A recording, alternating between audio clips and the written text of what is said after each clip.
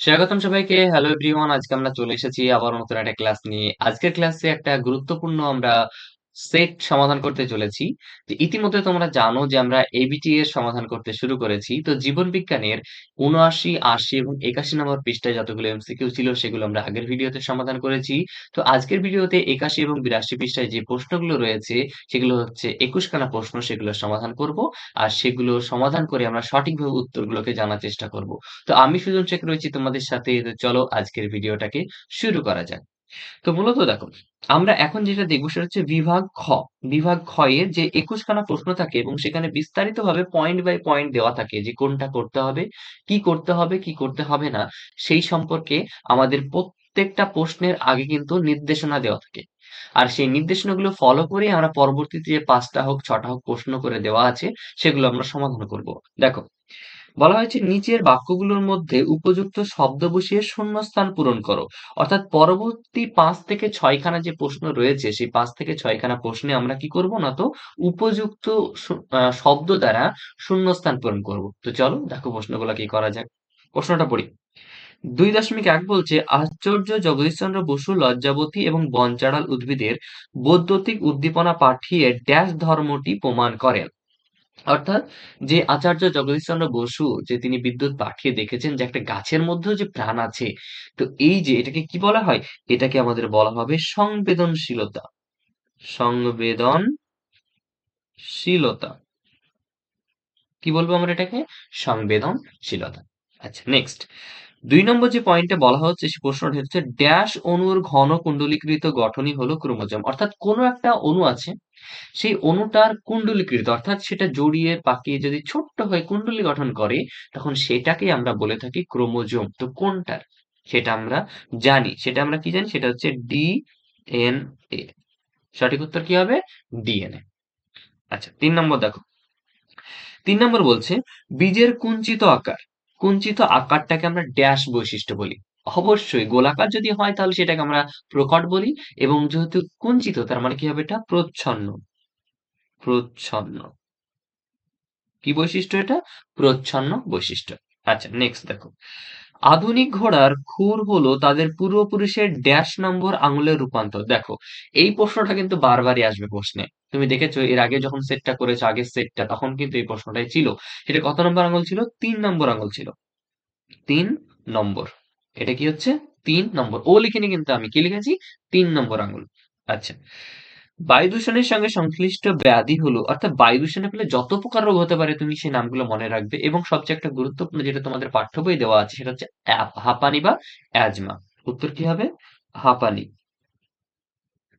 হাঁপানি বানান কি হয় চন্দ্রমিল লাগা, হাঁপানি বা অ্যাজমা, তুমি এই দুটো লিখতে পারো, যে কোনো একটা লিখলে হয়ে যাবে।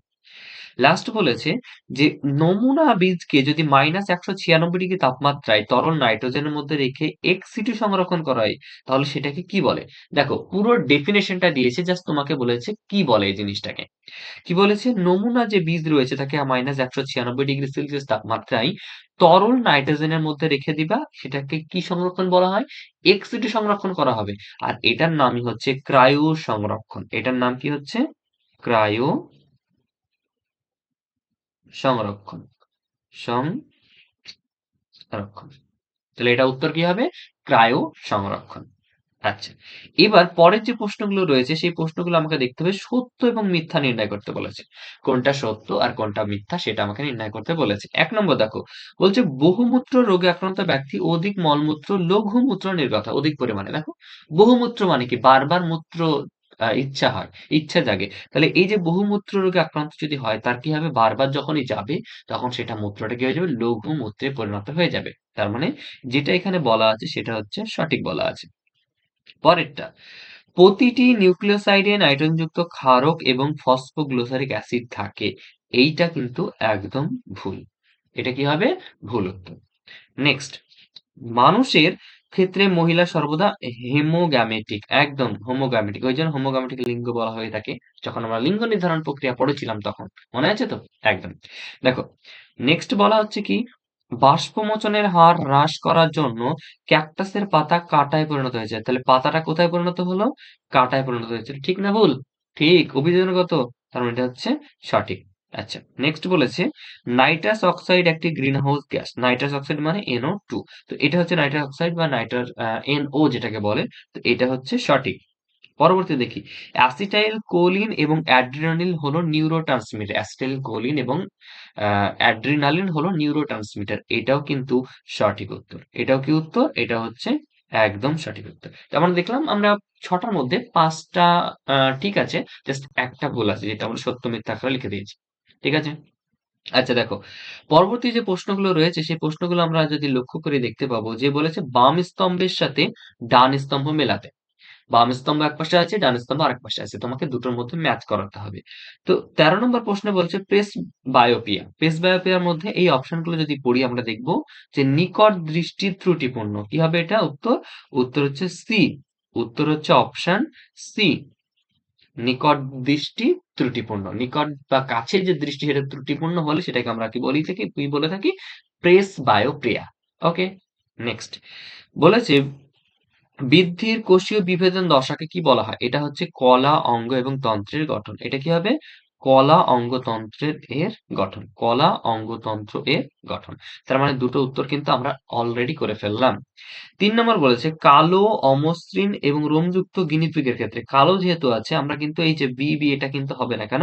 এটা হচ্ছে কালো নয়। এটা হচ্ছে সাদা। ক্যাপিটাল বি যদি থাকতো তাহলে কালো হতো। কালো হচ্ছে তাই জন্য হচ্ছে ক্যাপিটাল বি, স্মল বি। তার মানে এই অপশনটা হচ্ছে এ। অপশনটা কোনটা? Option A. হয়েছে। ঘোড়ার বিবর্তন। দেখো ঘোড়ার বিবর্তন কি করে দেখতে পাই? এক্ষুনি আমরা পড়লাম ঘোড়ার ৩ নম্বর আঙুল কি হয়েছিল ঘোড়া বিবর্তনে? তার মানে পায়ের আঙুলের সংখ্যা হ্রাস পেয়েছিল। পায়ে ৫টা আঙুল থেকে পরবর্তী সেটা একটা খুরে পরিণত হয়েছে। তার মানে এখানে দেখতে পাচ্ছি কি পায়ের আঙুলের সংখ্যা হ্রাস হয়েছে। এইটাই হচ্ছে সঠিক উত্তর। তার মানে ১৬ নম্বর প্রশ্নের উত্তর হচ্ছে এফ। আচ্ছা, ১৭ নম্বর কি আছে? জলাভূমি। জলাভূমিতে আমরা দেখব ভূগর্ভস্থ জলের পুনর্নবীকরণ। কি হবে জলাভূমিতে? ভূগর্ভস্থ জলের পুনর্নবীকরণ। এটা হচ্ছে অপশন বি। Option B. আচ্ছা, লাস্ট আরেকটা আছে ক্রোমোজোমের বেমতন্তুর সঙ্গে যুক্ত করে কে? ক্রোমোজোমের বেমতন্তুর সঙ্গে যেটা যুক্ত করে তার নাম হচ্ছে সেন্ট্রোমিয়ার। উত্তর কি হচ্ছে? সেন্ট্রোমিয়ার। এটা হচ্ছে ই। এটা হচ্ছে ই। সেন্ট্রোমিয়ার। হয়েছে? তাহলে দেখো একটা উত্তর পড়ে থাকলো। এটা কিন্তু কারোর সাথে ম্যাচ করবে না। যেটা পড়ে আছে সেটা তো দরকার নেই আমার। যেটা পড়ে আছে থাক। ওকে? আচ্ছা, নেক্সট নেক্সট আমরা দেখি। নেক্সট কি বলেছে? আচ্ছা দেখো, বৈসাদৃশ্যটি লেখো। কি বলা হয়েছে? নিচে একটি বা দুটি শব্দের মধ্যে উত্তর দাও বা একটি শব্দ হলে একটি শব্দ অথবা একটি বাক্য যদি প্রয়োজন পড়ে তাহলে আমরা একটি বাক্যের মধ্যে উত্তরটা দেব। তো যেকোনো ৬টা করতে বলেছে। অবশ্যই এখানে প্রশ্ন ৬টার থেকে বেশি আছে এইজন্য বলেছে। তো ১ম যে প্রশ্নটা এখানে বলা হয়েছে সেটা হচ্ছে বিসদৃষ্টি বেছে লেখো। মানে এইগুলোর মধ্যে একটা মিল নেই। সেটা কোনটা সেটা বলেছে। তো এর মধ্যে আমরা পড়ছি olfactory স্নায়ু, অপটিক স্নায়ু এবং অডিট স্নায়ু। তো সঠিক যে উত্তরটা হচ্ছে অর্থাৎ মিল নেই সেটা হচ্ছে ভেগাস স্নায়ু। যেটার মিল নেই সেটা হচ্ছে কি ভেগাস স্নায়ু। আচ্ছা দেখো, ২০ নম্বর প্রশ্ন যেটা আছে সেটা হচ্ছে র্যানভিয়ারের পর্ব কি? র্যানভিয়ারের পর্ব। তো ছবিটাকে তোমাদেরকে দেখাই তাহলে তোমাদের বুঝতে আরো সুবিধা হবে। আমরা যখন এই ছবিটার দিকে তাকাবো এটাকে আমরা কি বলে থাকি? এটাকে বলি নিউরন। তো নিউরনের বিভিন্ন অংশের মধ্যে আমরা দেখব র্যানভিয়ারের পর্ব রয়েছে এই জায়গাটায়। একটা দুটো দেখতেই পাচ্ছ নিউরোলেমা আছে বা এই যে মায়োলিন শিথ, অক্সোলেমা, সোয়ান কোষ সমস্ত কিছু যে পরিমাণটা আছে, এই যে বাদাম আকৃতি দেখতে পাচ্ছ এদের মাঝে একটা র্যানভিয়ারের পর্ব থাকে। এটাকে কি বলবো আমরা? র্যানভিয়ারের পর্ব। তো এই জিনিসটা কি আমরা জাস্ট এখানে একটু বোঝার চেষ্টা করি তাহলে আমাদের কিন্তু আরো সুবিধা হবে। এই যে এখানে দেখতে পাচ্ছ র্যানভিয়ারের পর্ব। এই যে র্যানভিয়ার, এই র্যানভিয়ারের পর্বটা এখানে লেখা আছে। বলছে অক্সানের মেডুলারি অবস্থান স্থানে বিচ্ছিন্ন করে রাখে কি? অক্সানের মেডুলারি আবরণ স্থানে স্থানে বিচ্ছিন্ন। এই যে কিছু কিছু জায়গায় যে বিচ্ছিন্ন দেখতে পাচ্ছেন মেডুলারি আবরণ, এই যে একটা বাদামের খোলা আর একটা বাদামের খোলা। তো দুটোর মাঝে দেখো একটু ফাঁকা অংশ আছে। এটা কি আছে? বিচ্ছিন্ন অংশ আছে। যদি এমনটা থাকে ওই অঞ্চলের নিউরোলেমা সংকুচিত হয়ে যায় এবং রানভিয়ারের পর্ব গঠন করে। এই যে নিউরোলেমা আছে না? এই যে বাইরের দিকে এই নিউরোলেমাটি কিন্তু সংকুচিত হয়ে যায় এবং এখানে ফাঁকা অংশ একটা পর্দার ন্যায় সৃষ্টি করে। এটাকে আমরা বলে থাকি রানভিয়ারের পর্ব। ঠিক আছে? তো রানভিয়ারের পর্ব বলতে কি বোঝায়? বলছে আরেকবার দেখে নাও যে অক্সানের মেডুলারি আবরণ স্থানে স্থানে বিচ্ছিন্ন। আমরা দেখতে পাচ্ছি যে বাদামের খোলার মতো অংশগুলোর মধ্যে মাঝে একটু ফাঁকা মতো অংশ আছে। অর্থাৎ মাঝে মাঝে কি আছে? বিচ্ছিন্ন রয়েছে। তো সেখানে নিউরোলেমা সংকুচিত হয়ে যায়। এই যে নিউরোলেমা থাকে এই নিউরোলেমাটা কি হয়ে যায়? সংকুচিত হয়ে যায়। আর যখনই সংকুচিত হয়ে গেল তখন সেটা কিসে পরিণত হলো? রানভিয়ারের পর্ব গঠন করে। আর এই রানভিয়ারের পর্ব উপস্থিত থাকে বলেই মেডুলেট নিউরনের অত্যন্ত দ্রুত গতিতে উদ্দীপনা পরিবাহিত করতে পারে। এই র্যানভিয়ারের পর্বের কারণে পরবর্তীতে একদম খুবই স্পিডে দ্রুত কিন্তু স্নায়ুস্পন্দন পরিবাহিত করতে পারে। তো এই ছিল আমাদের এই র্যানভিয়ারের পর্ব। ঠিক আছে? আচ্ছা দেখো নিচের প্রশ্নটা। নিচের সম্পর্কযুক্ত শব্দজোড়গুলো দেখো এবং নিচে যে প্রথমে দেওয়া আছে অর্থাৎ প্রথমে একটা সম্পর্ক দেওয়া আছে সেটা থেকে উপযুক্ত উত্তরটা বোঝার পর দ্বিতীয়টাতে কি উত্তর হতে পারে সেটা আমাদেরকে নির্ণয় করতে বলা হয়েছে। এটা এর আগের সেটগুলোতেও কিন্তু ছিল। একটা করে কোশ্চেন এমন থাকে। এখন বলা হয়েছে যেমন হচ্ছে জোড় কলম আম। তার মানে আমে কি হতে পারে? জোড় কলম করা হয়েছে। আমের ক্ষেত্রে জোড় কলম। তো জবা ফুলের ক্ষেত্রে কি করা হয়ে থাকে? জোড় কলম? না। ওটা কি করা হয়ে থাকে? ওটা হচ্ছে শাখা কলম। উত্তর হবে কি? শাখা কলম। তাহলে সঠিক উত্তর কি হচ্ছে? শাখা কলম। আচ্ছা। পরেরটা দেখো ২.২ বা ২২ দেখো মেন্ডেল তার দ্বিসংকর জনন পরীক্ষা থেকে কোন সূত্রে উপনীত হয়েছিল? বলো। মেন্ডেল তার সূত্র থেকে দ্বিসংকর সেকেন্ড তো দ্বিসংকরের জন্য কি হয়েছিল? প্রথমটা হয়েছিল পৃথকীভবনের সূত্র আর দ্বিতীয়টা হয়েছিল স্বাধীন বিন্যাসের সূত্র। উত্তর কি হবে? স্বাধীন বিন্যাস। সরি, নট স্বাধীন বিন্যাস, এটা কি হবে? স্বাধীন সঞ্চারণ।